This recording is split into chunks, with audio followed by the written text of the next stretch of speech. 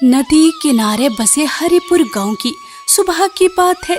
सूरज अभी निकला ही था कि एक नौजवान अपनी छोटी सी ठेला गाड़ी लेकर गांव के चौराहे पर आ गया।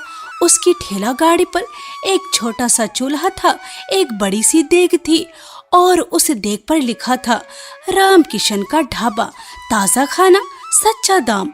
राम किशन की उम्र कोई 27-28 साल रही होगी। चेहरे पर मेहनत की चमक, आंखों में एक अजीब सा सुकून और होठों पर हमेशा एक छोटी सी मुस्कान। वो चूल्हा जलाता और गुनगुनाते हुए काम में लग जाता है। आज हरिपुर गांव, कल सोनपुर, परसों मेहंदीपुर। भगवान ने चलने वाले पैर दिए हैं और बनाने वाले हाथ, बस यही काफी है। गांव के कुछ मजदूर सुबह सुबह खेतों की तरफ जा रहे थे। उनमें से एक रुका। अरे भाई, इतनी सुबह सुबह क्या बन रहा है? गरम गरम दाल रोटी भाई, बैठोगे? दाम कितने?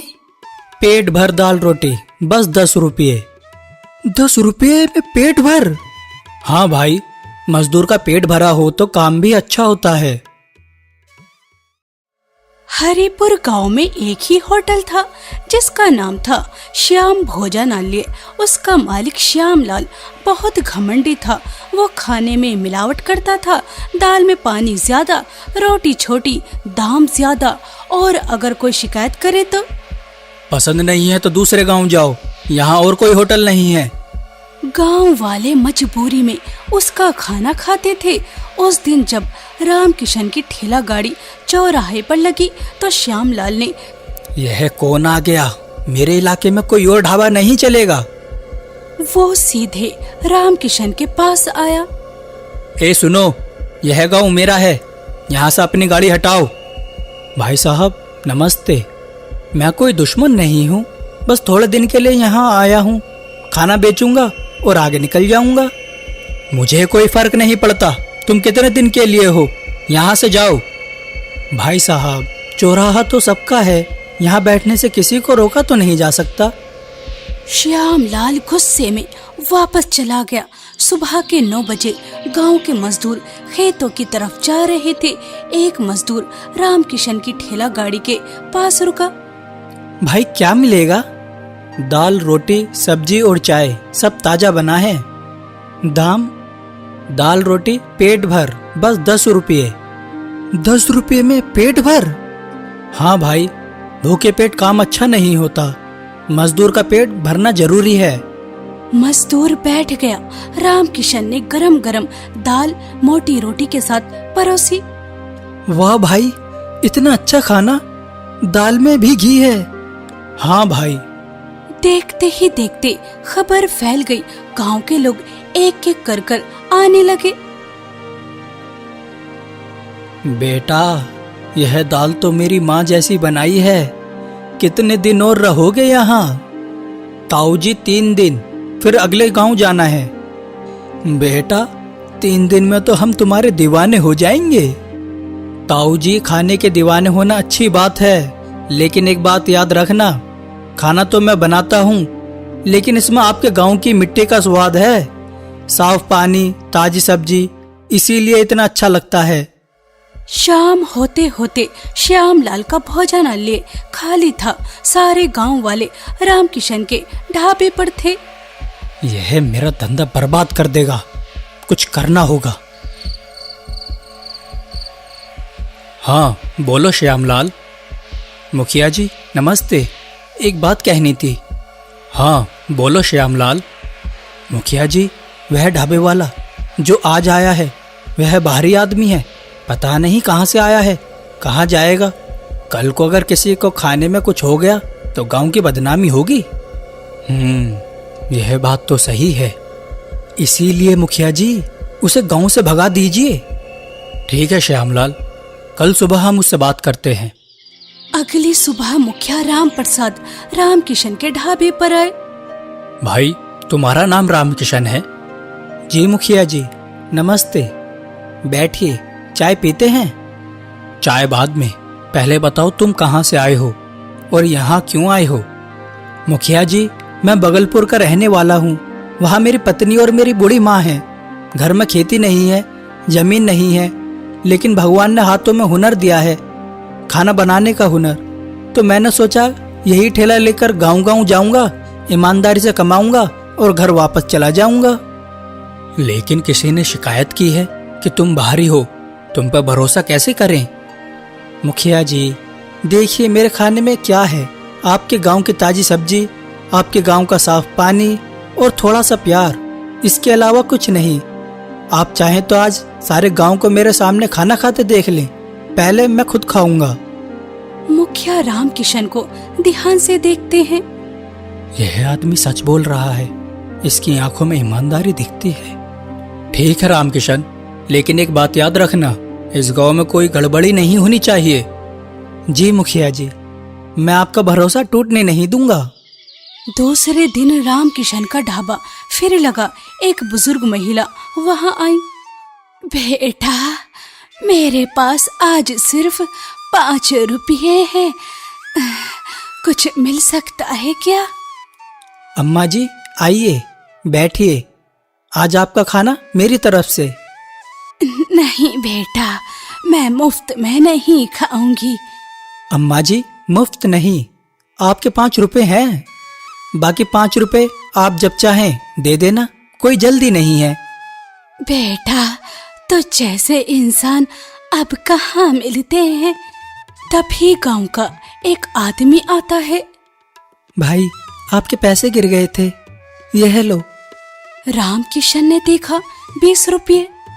यह तुमने बहुत अच्छा किया, आओ बैठो, आज का खाना मेरी तरफ से तुम्हारे लिए मुफ्त।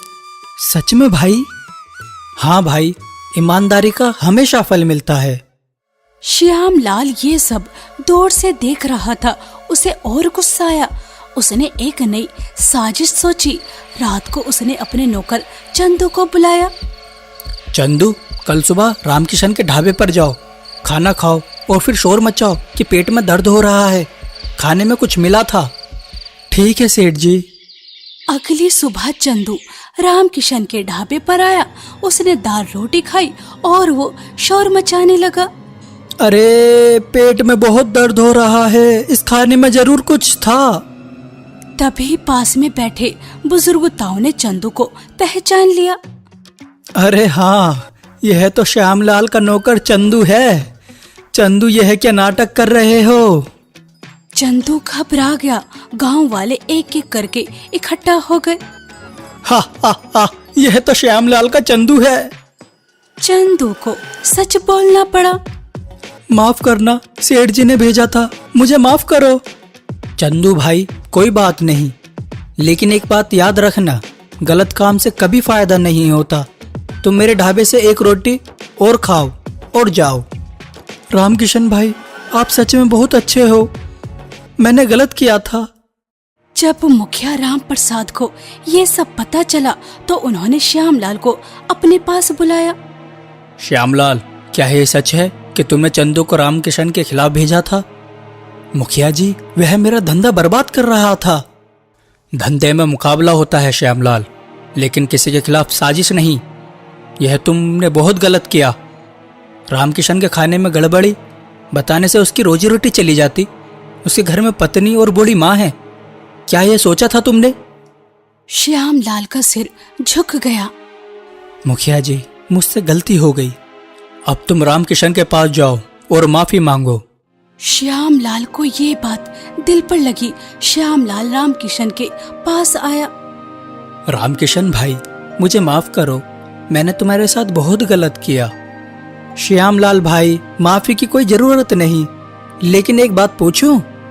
पूछो। तुम्हारी दुकान पुरानी है, तुम्हें खाना बनाना जरूर आता होगा, फिर लोग क्यों नहीं आते? मैं थोड़ा ज्यादा कमाने की कोशिश करता था। देखो भाई, ज्यादा कमाने की चाहत बुरी नहीं, लेकिन एक राज की बात बताऊं, जितना ईमानदारी से कमाओगे वह पैसा टिकता है। वह खाना जो प्यार से बनाओ वह याद रहता है। अगर तुम भी सही दाम में अच्छा खाना दोगे, तुम्हारी दुकान भी चलेगी। और मैं तुम्हें अपनी दाल की रेसिपी भी बताऊंगा। क्या तुम मुझे अपनी रेसिपी दोगे? हाँ भाई, मैं तो कल चला जाऊंगा, लेकिन तुम यहीं रहोगे। तुम्हारी दुकान अच्छी चले, इससे गांव को फायदा होगा। श्यामलाल की आंखों में आंसू आ गए। तीसरे दिन रामकिशन जाने की तैयारी कर रहा था। सारा गांव उसे विदा करने आया।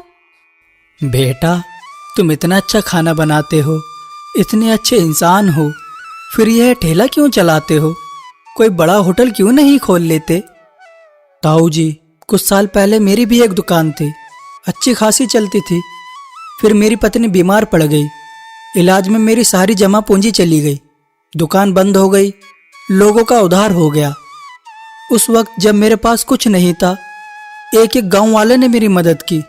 किसी ने रोटी दी, किसी ने दवाई दी, किसी ने पैसे दिए, बिना किसी उम्मीद के। उस दिन मैंने कसम खाई, जब तक जीऊंगा उन गांव वालों का कर्ज उतारता रहूंगा। इसीलिए गांव गांव घूमता हूँ, भूखों को खाना देता हूँ और जो दे सके उससे दाम लेता हूँ। पूरे गांव में खामोशी छा गई। बुजुर्ग ताऊ की आंखें भर आईं। बेटा, तुम सच में मेहनती और ईमानदार हो। ठीक है ताऊ, अब मैं चलता हूँ। रामकिशन अपनी ठेला गाड़ी लेकर जाने लगा। तभी गांव का एक आदमी बोला, रामकिशन भाई, फिर आओगे ना? हाँ भाई, मैं जरूर आऊंगा। तभी श्यामलाल आगे आया। रामकिशन भाई, रुको। उसने एक पोटली रामकिशन के हाथ में दी। यह क्या है? कल से मैं अपनी दुकान ईमानदारी से चलाऊंगा। यह पोटली में थोड़े पैसे हैं, तुम्हारे रास्ते के लिए और तुम्हारी पत्नी और माँ के लिए। नहीं भाई, यह मुझे नहीं चाहिए। लेना होगा भाई, यह मेरे दिल का बोझ है, इससे मत लौटाओ। ठीक है भाई, लेकिन वादा करो, गांव में जब भी कोई भूखा होगा उसे खाना देना, दाम बाद में लेना, पहले पेट भरना। वादा किया। रामकिशन अपनी ठेला गाड़ी लेकर आगे बढ़ा। उसकी गाड़ी पर लिखा था, रामकिशन का ढाबा, ताजा खाना, सच्चा दाम। वो गुनगुनाते हुए आगे बढ़ता रहा। आज हरिपुर गांव में अच्छा काम हो गया। कल सोनपुर जाना है, पता नहीं वहाँ कौन भूखा होगा। भगवान ने चलने वाले पैर दिए हैं और बनाने वाले हाथ, बस यही काफी है। रामकिशन की ठेला गाड़ी धीरे धीरे क्षितिज में गायब हो गई और हरिपुर गांव में श्यामलाल के भोजनालय पर एक नई तख्ती लगी। श्याम भोजनालय रामकिशन की रेसिपी से बना ताजा खाना, पहले खाओ फिर दाम देना।